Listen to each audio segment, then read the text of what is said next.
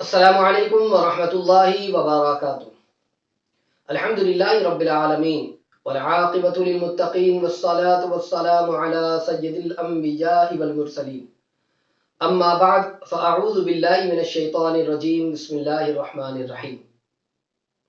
الصلاة والسلام علیک یا رسول اللہ وعلی آلک واصحابک یا حبیب اللہ صلی اللہ تعالی علیہ وسلم۔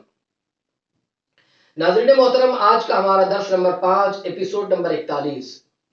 گزشتہ ایپیسوڈ میں آپ نے پیارے آقا نور مجسم صلی اللہ علیہ وسلم کے مبارک ہاتھ کے حوالے سے سماعت کیا کہ دست اقدس میں اللہ تبارک و تعالیٰ نے کیسی برکتیں رکھی ہیں۔ آج بھی انشاءاللہ العظیم اس درس میں آپ دست اقدس کے حوالے سے اور اس کی برکتوں کے حوالے سے انشاءاللہ سماعت کریں اور اپنے ایمان کو تازہ کریں کہ آقا علیہ الصلوۃ والتسلیم کے دست اقدس کے اندر اللہ تبارک و تعالیٰ نے کیسی برکتیں رکھی کہ جس جگہ پر لگ جائے وہ چیز برکت والی ہو جائے۔ پیارے آقا نور مجسم صلی اللہ تعالی علیہ وسلم نے حضرت ابو زید انصاری رضی اللہ تعالیٰ کے سر اور داڑھی پر اپنا دست اقدس پھیرا تو اس کی برکت سے 100 سال سے زائد عمر پانے کے باوجود ان کے سر اور داڑھی کا ایک بال بھی سفید نہ ہوا۔ سبحان اللہ، یہ دست اقدس پھیرنے کی برکت ہے۔ خود آپ بیان کرتے ہیں، اپنی آپ بیتی بیان کر رہے ہیں اور کس الفاظ کے ساتھ فرماتے ہیں، قال علی رسول اللہ صلی اللہ تعالی علیہ وسلم ادن منی فمسح بیدہ علی رأسہ ولحیتہ قال ثم قال اللہم جملہ وادم جمالہ قال فلقد بلغ بضعا ومئة سنة وما في رأسه ولحيته بياض إلا نبض يصير ولقد كان منبسط الوجه ولم ينقبض وجهه حتى مات۔ سبحان اللہ، رسول اللہ صلی اللہ علیہ وسلم نے مجھ سے فرمایا، آپ دیکھیں خود اپنی آپ بیتی بیان کر رہے ہیں کہ فرماتے میرے آقا علیہ السلام میرے قریب ہو جاؤ۔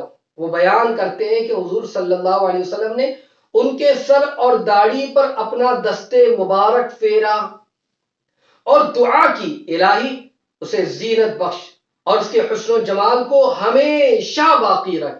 راوی کہتے ہیں کہ انہوں نے 100 سال سے زیادہ عمر پائی لیکن ان کے سر اور داڑھی کے بال سفید نہیں ہوئے، ان کا چہرہ صاف اور روشن رہا اور آخری دم تک ایک ذرہ پر بھی شکن بھی ان کے چہرے پر نمودار نہ ہوئی۔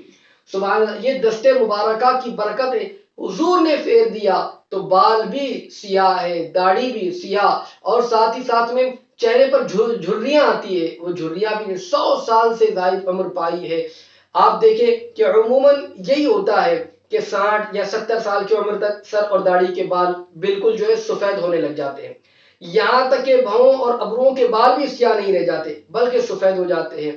مگر پیارے آقا نور مجسم صلی اللہ علیہ وسلم نے اپنا دست مبارک جب پھیرا تو اس کی برکت آپ دیکھیں کہ حضرت ابو زید انصاری رضی اللہ عنہ کے سر اور داڑھی مبارکہ پر دست مبارک جب میرے آقا نے پھیرا تو اس کی برکت یہ ہوئی کہ 100 سال سے زائد عمر ہونے کے باوجود بھی سر اور داڑھی کے ایک بال بھی سفید نہیں ہوئے، اور ساتھ ہی ساتھ میں ان کے حسن و جمال کا عالم یہ کہ میرے آقا علیہ السلام نے دست مبارک پھیرا ہے تو حسن و جمال کے لیے دعا فرمائی تو نتیجہ کیا ہوا کہ آخری دم تک چہرے پر ایک جھرری نہیں بلکہ چہرہ ایک دم حشاش اور بشاش اور حسن و جمال بالکل بھی باقی رہا اور اس میں ذرہ برابر بھی فرق نہیں آیا۔ یہ دست مبارکہ کی برکتیں ہیں۔ تو اس سے اندازہ لگائی کہ پیارے آقا علیہ السلام کو اللہ تبارک و تعالیٰ نے جو خوبیاں عطا فرمائی ہے، جو برکتیں عطا فرمائی ہے، ہاتھ مبارک میں جو برکت ہے لگا دے وہ برکت والی چیز ہو جائے۔ اب میں آپ کو بتاتا ہوں کہ آپ دیکھیں کہ آقا علیہ الصلوۃ والتسلیم کے دست اقدس کی برکت آپ سماعت کریں تو آپ کو پتا چل جائے گا۔ سفر ہجرت کے دوران جب حضور نبی کریم صلی اللہ علیہ وسلم سیدنا صدیق اکبر رضی اللہ تعالیٰ عنہ کے ہمراہ حضرت ام معبد رضی اللہ مولا تبارک و تعالیٰ عنہ کے یہاں پہنچے اور ان سے کھانے کے لیے گوشت یا کچھ کھجوریں خریدنا چاہی تو ان کے پاس یہ دونوں چیزیں نہ تھی۔ آقا علیہ السلام کی نگاہ ان کے خیمے میں کھڑی ایک کمزور دبلی سوکھی ہوئی بکری پر پڑی۔ پیارے آقا علیہ الصلوۃ والتسلیم نے دریافت فرمایا، یہ بکری یہاں کیوں ہے؟ حضرت ام معبد رضی اللہ تعالیٰ عنہ نے جواب دیا، لاغر اور کمزور ہونے کی وجہ سے یہ ریوڑ سے پیچھے رہ گئی ہے اور یہ چل پھر بھی نہیں سکتی ہے۔ آقا علیہ الصلوۃ والتسلیم نے پھر پوچھا کیا یہ دودھ دیتی ہے؟ انہوں نے عرض کیا نہیں یا رسول اللہ صلی اللہ علیہ وسلم، یہ دودھ نہیں دیتی۔ آقا علیہ الصلوۃ والتسلیم نے فرمایا اگر اجازت ہو تو دودھ دو لوں۔ عرض کی دودھ تو دیتی نہیں ہے، اگر آپ دو سکتے ہیں تو مجھے کیا اعتراض ہو سکتا ہے؟ سبحان اللہ۔ آقا علیہ الصلوۃ والتسلیم نے جو ہے اسے قریب کیا اور اسے دودھ دوہا۔ آگے راوی بیان کرتے اور ان الفاظ کے ساتھ میں بیان کیا جا رہا ہے فدعا بها رسول اللہ صلی اللہ تعالی علیہ وسلم فمسح بيده ضرعها وسمى الله تعالى ودعا لها في شاتها فتفاجت عليه وضرت فاجترت فدعا بإناء يربط الرهط فحلب فيه سجا حتى علاه البهاء ثم سقاها حتى رضيت وسقى أصحابه حتى رووا وشرب آخرهم حتى أراضوا ثم حلب فيه الثانية على حدة حتى ملأ الإناء ثم غادره عندها ثم بايعها وارتحلوا عنها۔ سبحان اللہ۔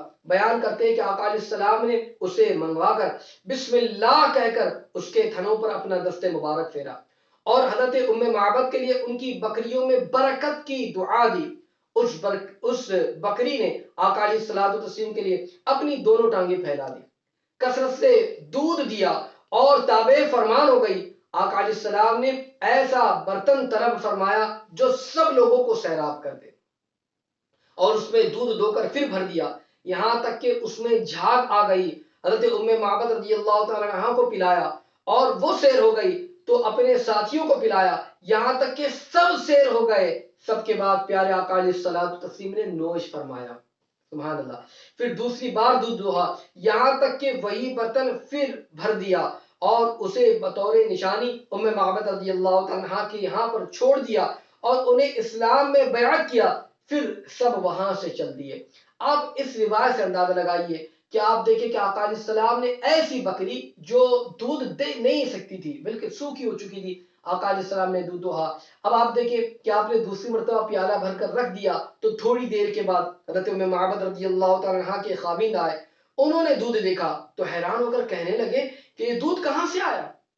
حضرت ام معبد رضی اللہ تعالی عنہ نے کہا کہ آقا علیہ الصلوۃ والتسلیم کا پورا حلیہ مبارکہ بیان کر دیا اور سارا واقعہ بیان کیا جس کا ذکر آپ نے سماعت کیا، تو وہ بولے کہ وہی تو ہیں جن کا چرچا قریش کے سرداروں میں ہو رہا ہے، میں نے بھی قصد کر لیا ہے کہ ان کی صحبت میں رہوں۔ چنانچہ دونوں میاں بیوی مدینہ طیبہ پہنچے اور مدینہ طیبہ پہنچنے کے بعد دونوں مسلمان ہو گئے۔ سبحان اللہ۔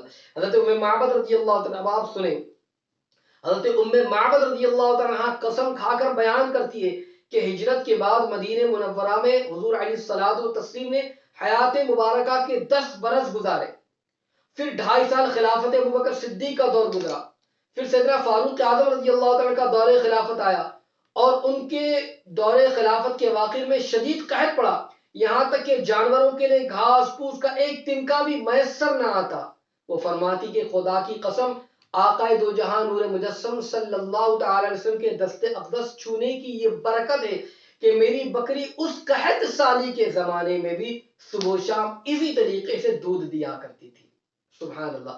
میرے آقا علیہ الصلوۃ والتسلیم کے پیارے دیوانوں کہ سرکار دو عالم صلی اللہ علیہ وسلم کے مبارک ہاتھوں کا لگنا تھا کہ حضرت ام معبد رضی اللہ تعالیٰ عنہ کی لاغر اور کمزور بکری بھی دودھ دینے لگ گئی اور اس نے اتنا دودھ دیا کہ وہاں موجود سارے لوگ سیراب ہو گئے۔